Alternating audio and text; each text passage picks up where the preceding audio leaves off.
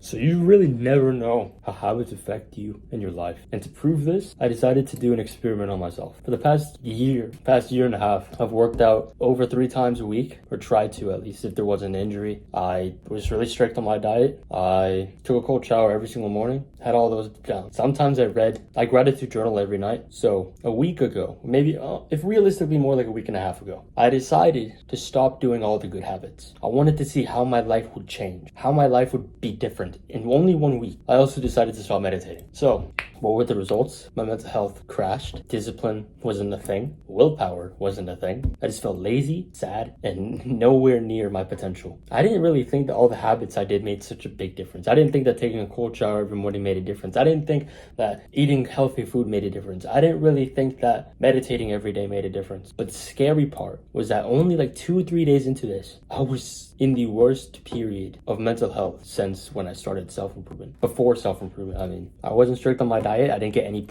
get enough protein in. I didn't take cold showers. I went to sleep late. I woke up late. I didn't care what I watched on YouTube. I didn't work out. Part of this, I didn't meditate. The only thing that I kept was gratitude journaling. But a part of this was that I was traveling, so I couldn't really do a lot. But I made a video like a few days ago, or I posted a video a few days ago of self-improvement on vacation. But that was during the experiment, so I didn't really apply that. But we were traveling, a lot of things happened, and I couldn't be consistent with my habits. And that was also during like the week of my experiment of not doing my habits that I used to do. So the results were my mental health dropped, my productivity decreased, discipline and willpower were gone, my physical attractiveness dropped. I didn't feel like I look pretty much the same as I did. Right now, there's no difference at all, right? But the thing that made a difference was my confidence. I didn't feel like the man anymore. I didn't feel like myself. I was mindless. I would always just go on my phone all day, every day. Even when I was traveling, I was looking at the sites, taking so many pictures, and then when we went back in the Ubers or the cars or trains, just go back on my phone. I didn't read. I barely worked on summer school, just from those small habits that I didn't really think made that much of a difference. After stopping for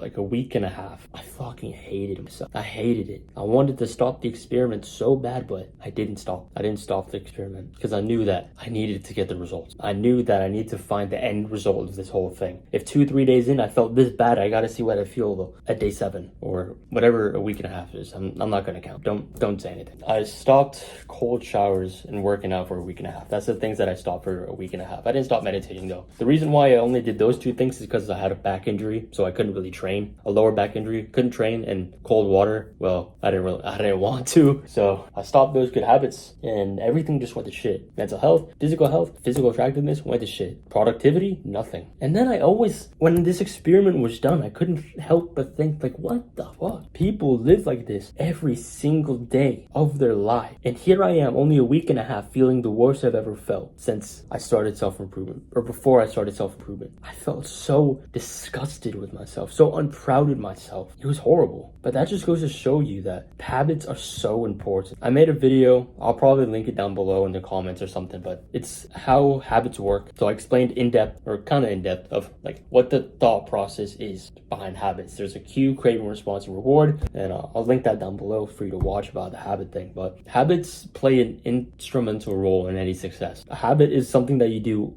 habitually every single day, 3 times a week, something that you do in a rotation, or anything that you do on a day-to-day basis. That's a habit. So if you work out 3 times a week at the same time, that's a habit. If you drink tea at 6 p.m. every day, that's a habit. Habits are hard to break, but they're also hard to start. Some habits actually aren't hard to stop, and the habits that aren't hard to stop are the good habits. And that's sad. It's sad, but the good habits are the easiest to stop because it's so difficult for us to do them. It's painful. So if we didn't do the good habit today, oh well, what's the problem? Nothing's gonna happen. But then the compound effect kicks in. The compound effect is how your habits affect you over time. So there's this thing in stock. No, what's the word? So there's this whole thing called the compound effect, and that's basically a compound interest. Everything always compounds on top of each other. So there's a 0.5 5% increase every single year and you put in $5, eventually you'll get to $1 million